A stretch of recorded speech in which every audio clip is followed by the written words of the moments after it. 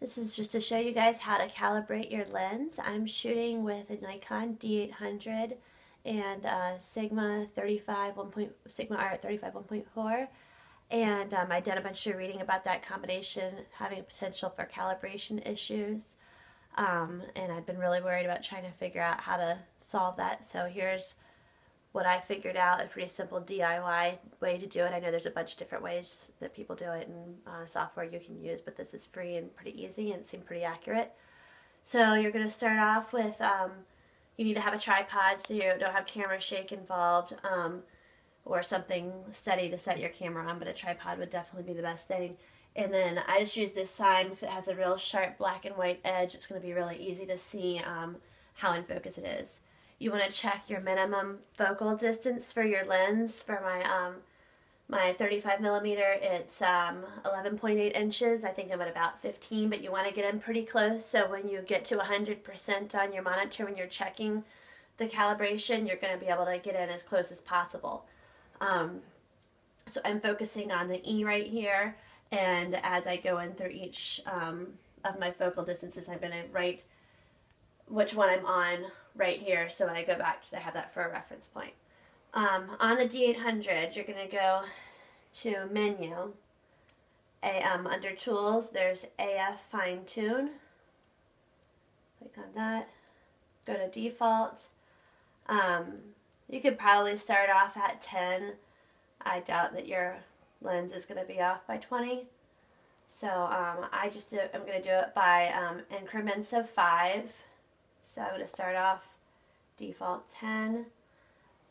And I would try and keep your ISO down as low as possible if you need to use some extra lighting, because the grain will affect your ability to see how sharp your picture is.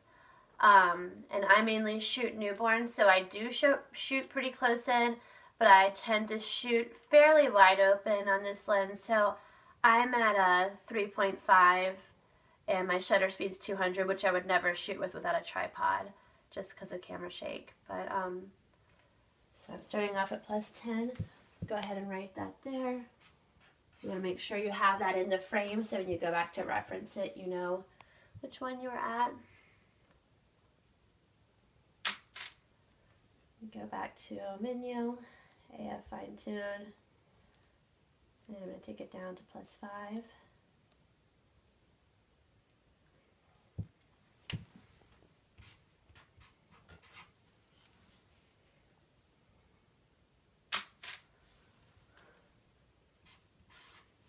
Take it down to 0.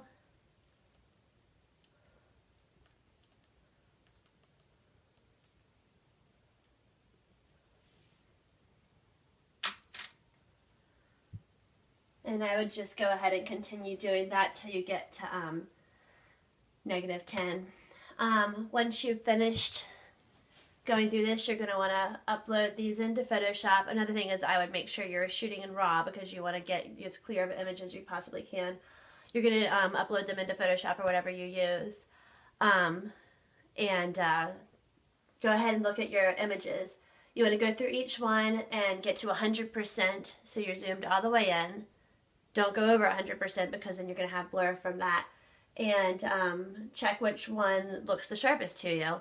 And if you notice that it's, you know, the +5 and the 0 are pretty sharp, then you might want to go back and then do each increment, you know, +4, +3, +2, +1 to get a better idea. But it would just take forever to do that the first time around. This will get you close enough that you can kind of get it a little bit sharper after that. So, and that's how you do it.